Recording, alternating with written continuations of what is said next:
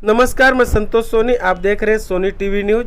भिवंडी शहर में राजनेताओं द्वारा टोरेंट पावर एक चर्चे का विषय बना हुआ है, जहां हजारों की संख्या में जनता उनके साथ कई धरना मोर्चा कर रही है।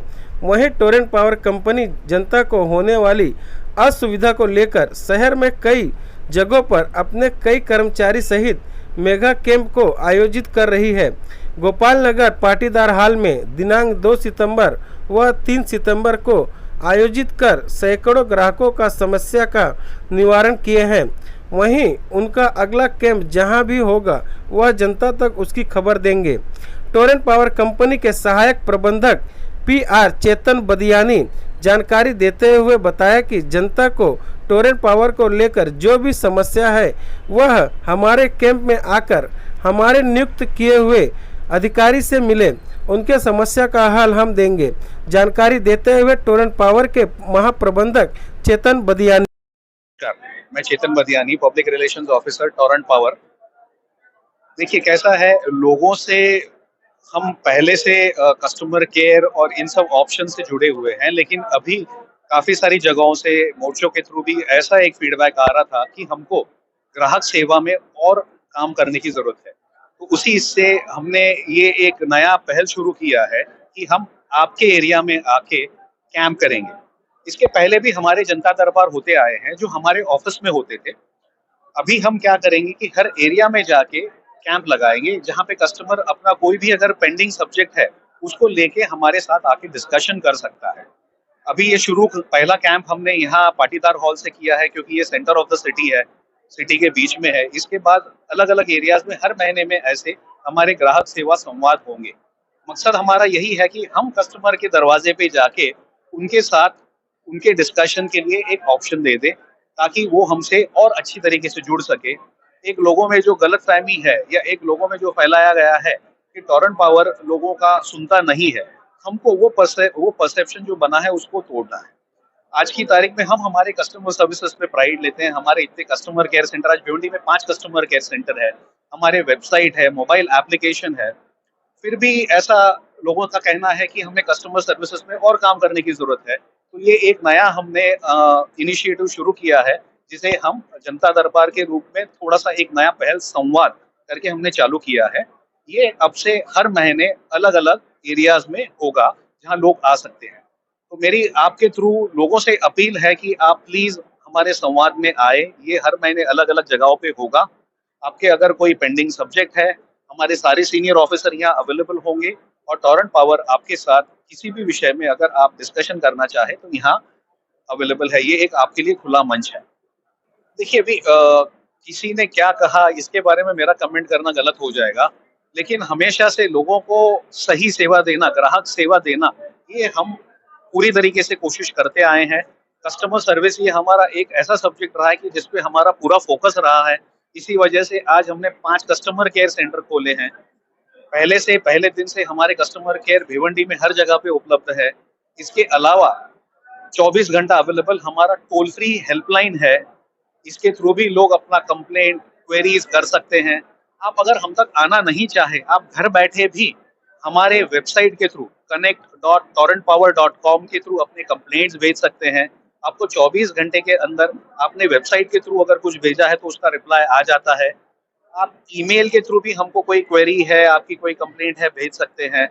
हमारा ईमेल एड्रेस है connect.bhw@torrentpower.com। इसके अलावा आज मोबाइल पे एप्लीकेशन लोगों में बहुत पॉपुलर है कि हर चीज का ऐप होता है, तो हमारा भी एक ऐप अवेलेबल है, टोरेंट कनेक्ट, जो गूगल प्ले स्टोर पे अवेलेबल है, एप्पल iOS पे अवेलेबल है। आप मोबाइल एप्लीकेशन भी डाउनलोड करके उसमें हर कोई चीज कर सकते हैं, जैसे आपका बिल देखना, बिल भरना, क्वेरी डालना, कंप्लेंट डालना, ये सारी चीजें मोबाइल एप्लीकेशन के थ्रू भी अवेलेबल है। सेवा देना ये हमेशा से हमारा मकसद रहा है। उसी में एक और ये पहल हमने शुरू की हुई है संवाद करके। तो लोगों में ये जो गलत धारणा फैल रही है या है, उसको मिटाने के लिए ही ये हमारा सारा प्रयास चल रहा है। देखिए दर जो है, मैं ये काफी सारे प्लेटफॉर्म्स पे पहले भी बता चुका हूँ, वापस बताना चाहूंगा कि हम MSEDCL की फ्रेंचाइजी के बतौर भिवंडी में काम कर रहे हैं। MSEDCL यानी महावितरण, इनके दर जो पूरे महाराष्ट्र में लागू है, वही दर भिवंडी के कस्टमर्स के लिए टोरेंट पावर द्वारा लागू है। हम उनकी फ्रेंचाइजी होने की वजह से एक पैसा भी इधर या उधर करने का टॉरेंट पावर को अधिकार नहीं है।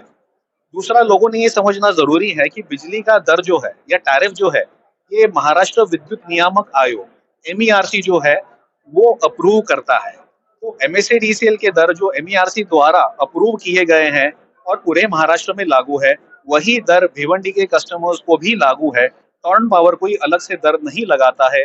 टॉरंट पावर को कोई दर अलग से लगाने की ना अथॉरिटी है, ना वो ऐसा कर सकता है। बिल्कुल लगा सकते हैं, कस्टमर अगर चाहे वो अपना खुद का मीटर भी लगा सकता है। इस बारे में एमएसएडीसीएल का सर्कुलर भी अवेलेबल है। कस्टमर अगर खुद का मीटर लगाना चाहे, वो हमारे कस्टमर केयर में जाके सिर्फ एक इंटीमेशन एप्लीकेशन दे दे और उनको कस्टमर केयर से गाइड किया जाएगा कि वो अपना खुद का मीटर कैसे लगाते हैं। देखिए, लोगों के कहने पे मैं कुछ कमेंट करना गलत हो जाएगा, बट जैसे मैंने पहले बताया कि यस, हमको जो फीडबैक आ रहा है कि ग्राहक सेवा में हमें काम करने की ज़रूरत है, तो ये एक और इनिशिएटिव कि हम आपके दरवाजे पे आपकी जो भी क्वेरीज है या आपके जो डिस्कशन है उसके सुनने के लिए आना चाहते थे, तो हमने ये नया पहल चालू किया है। संवाद के रूप में ये कैंप चालू किए हैं, जो हर एरिया में हर महीने में किए जाएंगे। एक चीज आपने और लोगों के लिए मैं कहना चाहूंगा कि अगर कोई बिजली का अनाधिकृत वापर करता है, तो उसके ऊपर रेगुलेशंस के हिसाब से विजिलेंस का केस होता है। आज कहीं पे अगर कोई बगैर मीटर के इस्तेमाल करता है पावर, तो रेगुलेशंस के हिसाब से टॉरंट पावर के पास जो प्रावधान है वो है विजिलेंस केस करना। तो अगर कोई अनाधिकृत वापर करता है तो उसके ऊपर कंपनी विजिलेंस केस करती है। लोगों में ये जो गलत धारणा है कि टॉरंट पावर गलत केस करती है, ऐसा नहीं है। हम रेगुलेशंस के हिसाब से करते हैं। जहाँ पे अनाधिकृत वापर पाया जाता है वहीं पे विजिलेंस केस किए जाते हैं।